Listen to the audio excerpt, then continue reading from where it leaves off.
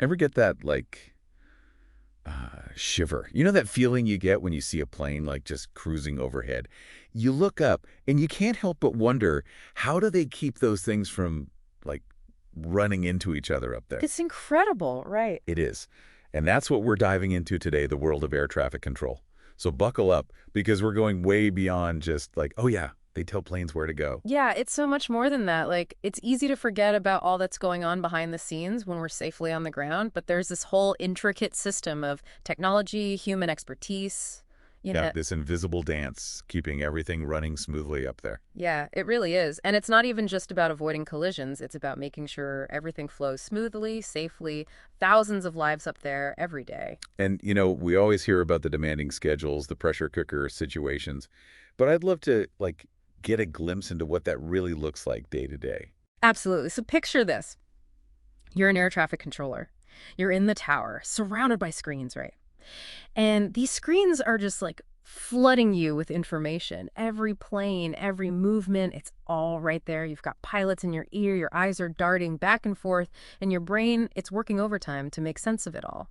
Right then, right there, in that moment. Wow, that sounds intense, just processing all that. And that's just the start. You're responsible for making sure they're keeping their distance, guiding them along their flight paths. It's a lot. Yeah, I can only imagine. And I bet the work environment itself adds another layer to it, doesn't it? Oh, absolutely. You're in the control tower, often high above everything else, so you have this like panoramic view, runways, taxiways, the whole thing. You see the constant movement.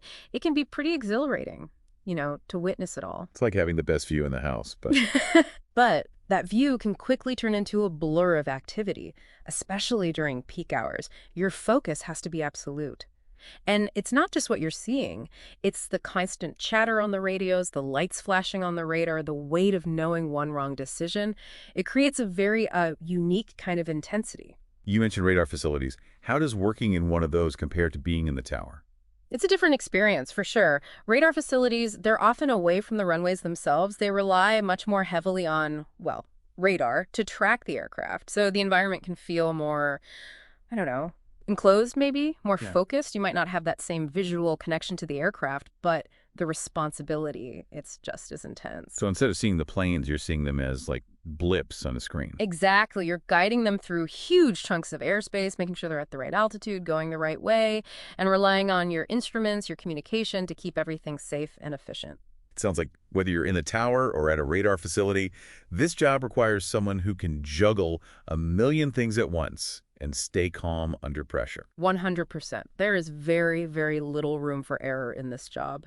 Controllers need to be able to think on their feet, adapt to anything, and make split-second decisions that affect, well, everyone up in the air. It's a heavyweight, that's for sure. Huh. And let's not forget the irregular hours, shift work, the potential for, burnout. Hmm. It all adds up. Oh, yeah, you're right. The schedule can be tough. Weekends, holidays, overnights, it doesn't stop. Air traffic control is 204/7, 365, and those kinds of hours, they take their toll. It's not just a job, it's a whole lifestyle. It is, and that's why it's so important for anyone thinking about this career to really grasp both sides of it, the amazing rewards and the significant challenges. So let's talk about the rewards then.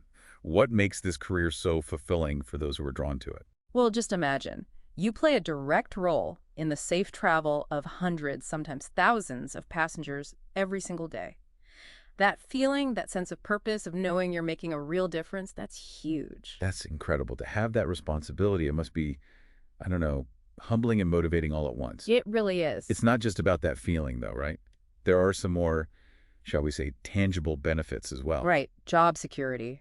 It's a critical service. It's always going to be needed, which means a high level of stability. That's something a lot of people are looking for. And, I mean, with great responsibility comes, a great salary, right? That's true, too.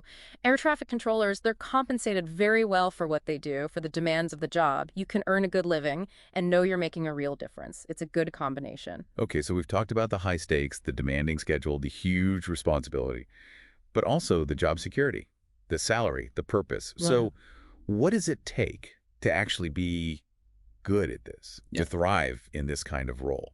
It's interesting how many people think it's all about being a math whiz. Right, like you have to be some kind of like human calculator. Exactly.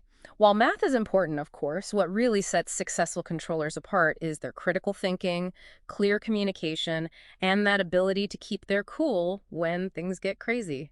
So it's not just about the technical skills, it's about having the right, like, mindset for it. Exactly. Think about it.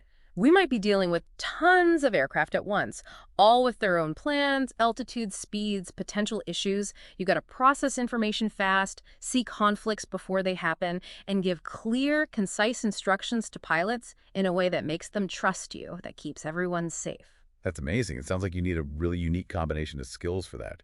Yeah. So are there, like, specific academic paths that prepare someone for this? Or is it more on-the-job training? Passion for aviation definitely helps, I bet. but you don't necessarily need to be a pilot. A strong educational background, though, that can give you a real leg up. So for someone who's thinking, okay, this sounds like me, this sounds like something I'd be into, what are some fields they could explore? Well, there are a few different rates you can take. It really depends on, what you're good at and what you're interested in.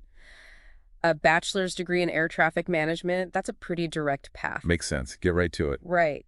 These programs usually cover a lot, like aviation regulations, meteorology, radar systems, how to manage airspace, the whole shebang. So you come out with a really strong foundation. Exactly.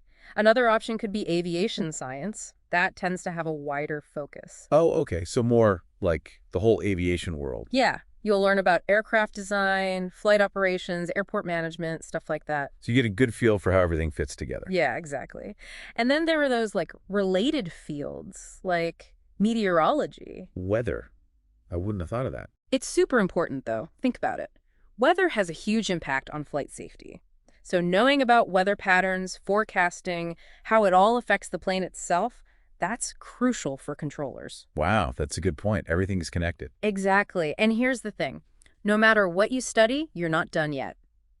Aspiring controllers, they've usually got to go through some pretty intense training before they can even apply for a job, usually run by their country's aviation authority.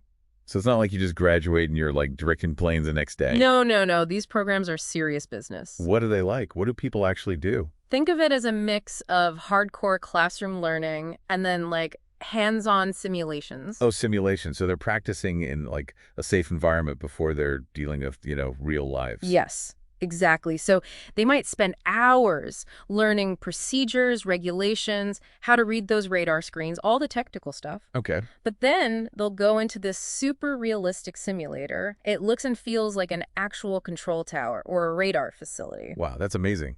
Yeah. They have these screens, simulated air traffic, and they're talking to pilots who are actually instructors. And they've got to make decisions in real time as things are changing. That's got to be nerve-wracking, even if it's not real. It is, and that's the point. These programs, they push people to their limits. They test their decision-making, how they communicate, how they hold up under pressure. Because let's face it, that's a big part of the job. Simulated emergencies, equipment malfunctions, crazy weather changes, all while managing a ton of air traffic. So it's not just about being smart. It's about having what it takes. Exactly. They're looking at your skills, but also your character. How do you react when things go wrong? Can you adapt? Can you work with others when everything's on the line? That's a good point. Speaking of, we talked about those different specializations within air traffic control. Can you break those down a bit more? Sure, it's not a one-size-fits-all kind of job. So you've got your tower controllers, probably the most well-known type. The ones we see in movies. Exactly. They're the ones in the tower, headsets on, looking out over the airfield. They guide the planes during takeoff and landing, making sure they stay clear of each other and any obstacles on the ground. So they're the ones with that direct visual, like they're seeing it all happen right in front of them. Yep. Now imagine this. You're in a radar facility, maybe miles from any airport, and you're responsible for guiding planes across large chunks of airspace. That's your on-ramp controller.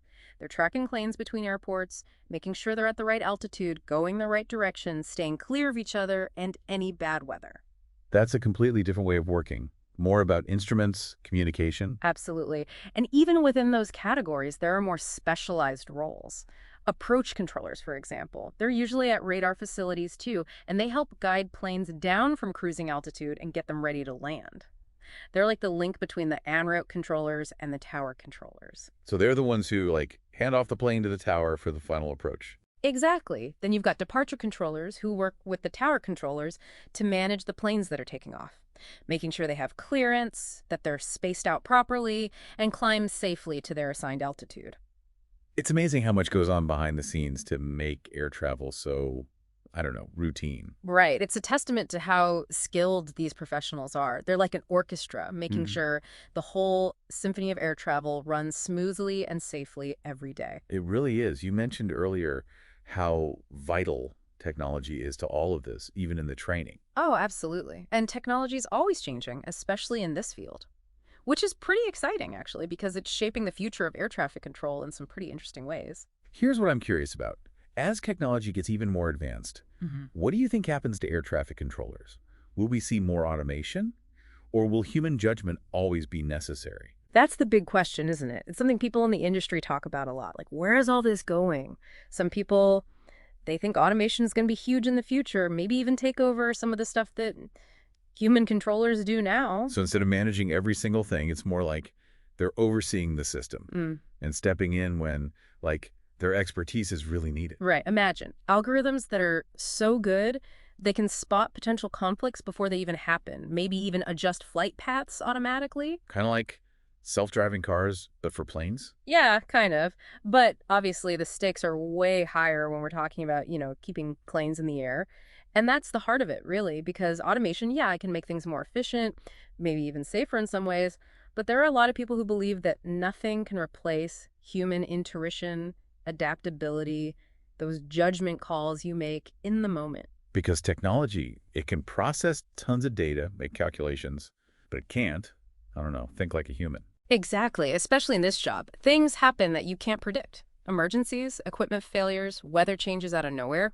You need a human brain to handle that, to make a decision when you don't have all the information. To like trust your gut sometimes. Exactly. And that's why I think the future is probably a mix of both. More technology for sure, but always with that human element there. Overseeing, stepping in, making sure it's all working the way it should. So air traffic control, it's not going anywhere. But the actual job, the skills you need, that might change. Oh, for sure. Controllers will need to know how to work with all this new tech, understand what it can and can't do, but also keep their own skills sharp. Their critical thinking, their decision making, those will always be important. So for someone listening who's like, this sounds amazing, I'm into this whole blend of technology and human skill, what would you tell them? What advice would you give them about this career path?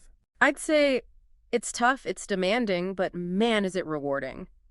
It's not for everyone, that's for sure. But if you're someone who likes a challenge, who's fascinated by aviation, who can think on their feet and stay calm under pressure, then this could be the perfect fit. Because you're a part of something huge. Yeah. You're helping people get where they need to go safely Mm. every single day. That's it. And if that gets you fired up, if you're like, yeah, I want to be a part of that, then air traffic control might be calling your name. And what about for people who are, interested in aviation, but maybe air traffic control isn't their thing? What are some other areas they could look into? Oh man, the aviation industry is huge. Tons of options. Like if you're more into the day-to-day operations, maybe airport operations management is for you. Those are the folks who make sure the whole airport runs smoothly from ground crews to passengers.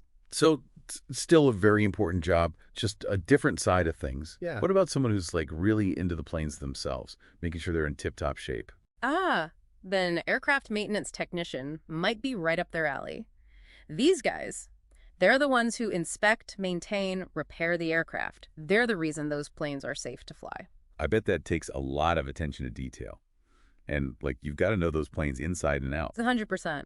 And then for the real tech geeks, the ones who love the design, the engineering, there's always aeronautical engineering. They're the ones who actually create these amazing flying machines, always pushing the limits, coming up with the next big thing. So many different paths, but all connected by this common goal of safe, efficient air travel. That's what makes this industry so cool. There's really something for everyone. That's our deep dive into air traffic control. We've talked about the challenges, the rewards, the technology, the human element.